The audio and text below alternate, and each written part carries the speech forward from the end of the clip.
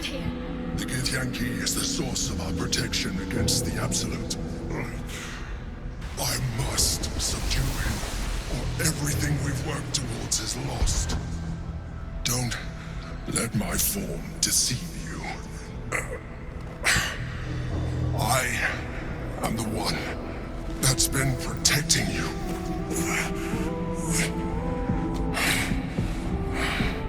I am the one that came to you in your dreams. Help me.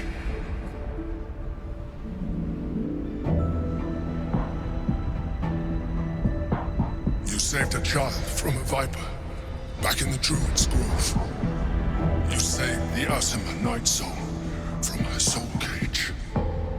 You let me live last time you were here, though it brought Blackith's wrath upon you. Your continued existence as yourself, and not a mind flayer, should be all the proof you need. Now, help me.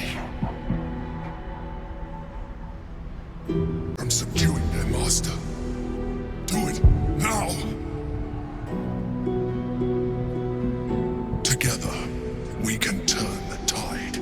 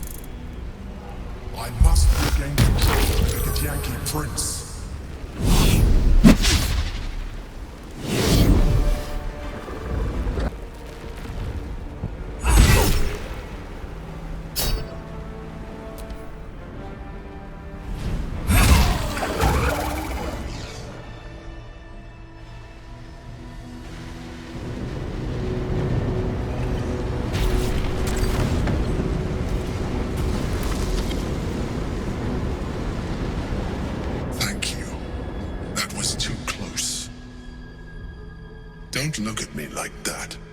I am a mind flayer, yes. Without me, you would be a slave to the Absolute. Of all the things to be indebted to, a bloody mind flayer.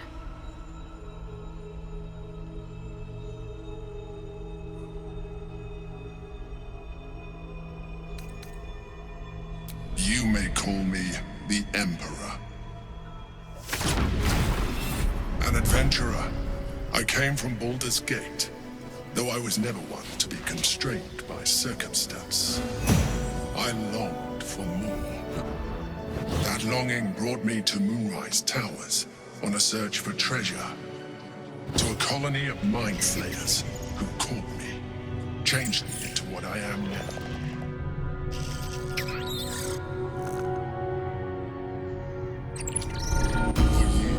I served the Elder Brain, the one you know as the Absolute. I was a thrall like any other, but I was fortunate. I broke free and started a new life in my old city. I sustained myself on criminals. Unglamorous, but there are plenty of them, rarely missed.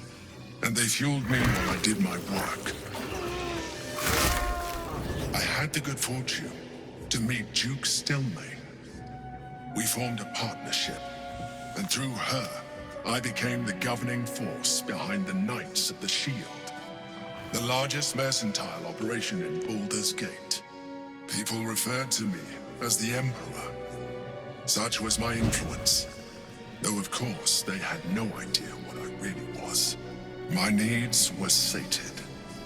I was happy for a while, until my true nature was discovered by the tyrant himself, Lord Gortash. He tore me from my home and brought me back to the Brain, where I became a slave once again. A slave he continued to call me Emperor. The name was intended as a slight, to remind me of the heights from which I fell.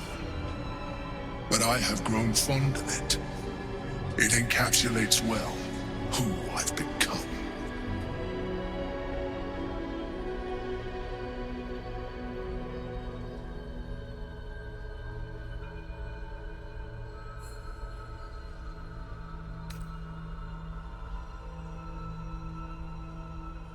Rather them than potential future allies, like you.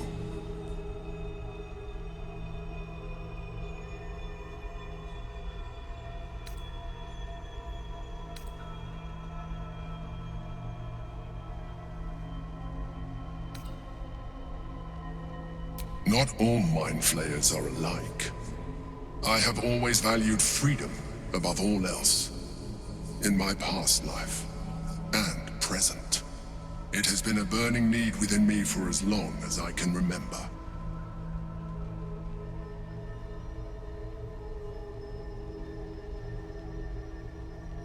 Indeed, his hubris knows no bounds. To enslave me, that was his nature. But to enslave an Elder Brain, a questionable decision. I shall look forward to sharing his downfall with you.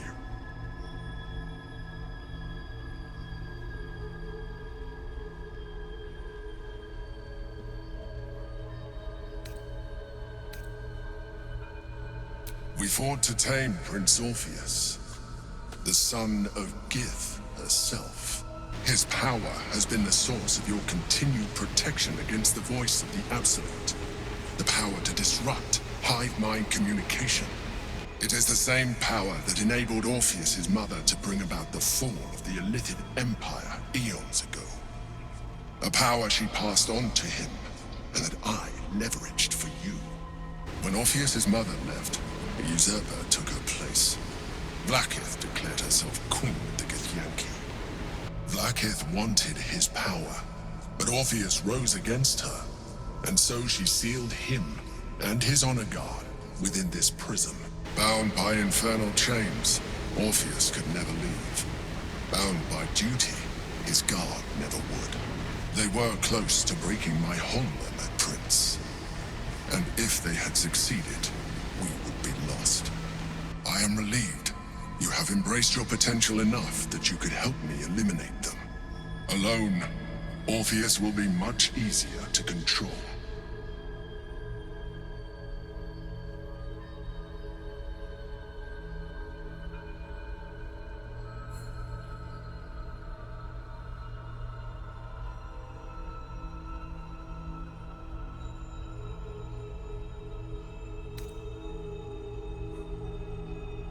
Most certainly Orpheus. He is a threat to her reign. Some Githyanki still revere him in defiance of their teachings. Vlaakith was safe as long as they believed him to be dead. But as you can see, he is very much alive. She kept him this way because she was reluctant to eradicate such power. Power that she might one day wish to take from him. If the Githyanki ever find out what she has done, there will be civil war. Vlaakith will be finished.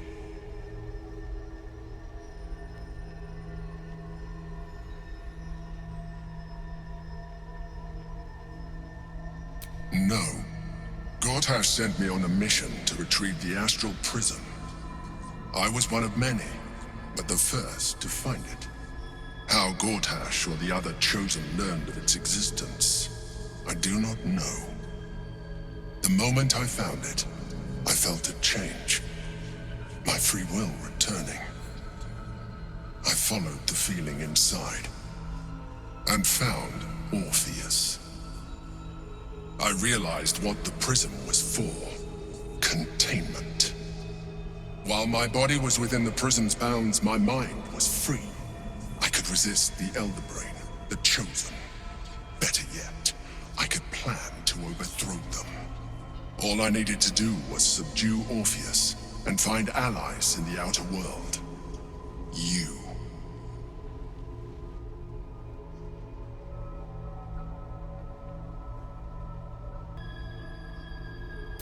That would be a terrible idea. The moment he is free, he will attack you. Your only defense would be to kill him, and in so doing, he would doom us both. Even though he is subdued, you feel Orpheus's revulsion, a pulsing hatred that cannot be contained. The Emperor is telling the truth. To him, you are just another wretched Illithid. You carry a tadpole. As far as Orpheus is concerned, you are already Illithid, a sworn enemy, just like me.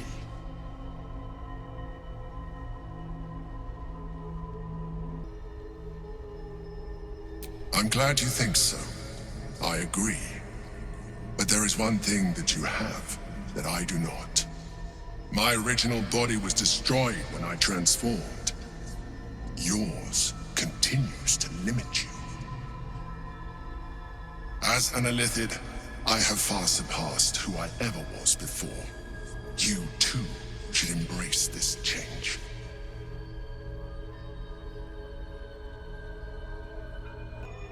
I believe we'll have a better chance of defeating the Elder Brain if you embrace your latent illithid potential. I've been studying you for a while now. I believe I can trigger the next stage of your tadpole's life cycle, while continuing to preserve your independence. You have seen what I can do. Imagine yourself with the same strength, the same intelligence, the same devastating beauty. If you let me, I can evolve you.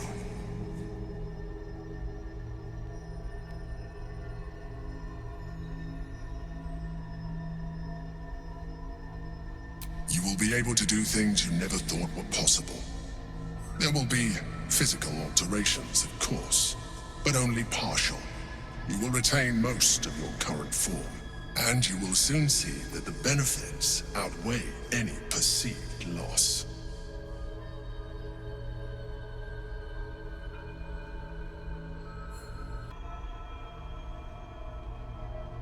Well, certainly brave of you. I'll say that much. You continue to surprise me. Your mind is truly something special. Now, hold out your hand.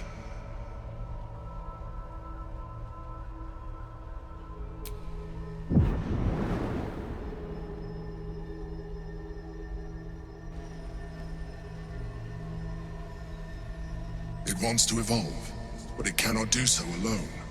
It must commune with another.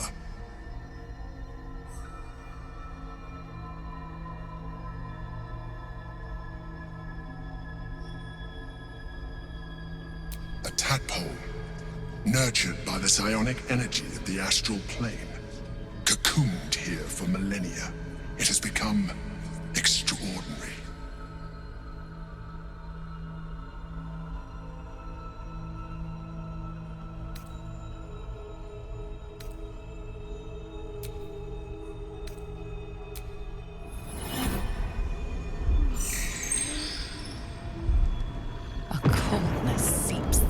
Veins as the tadpole awakens, its yearning almost unbearable.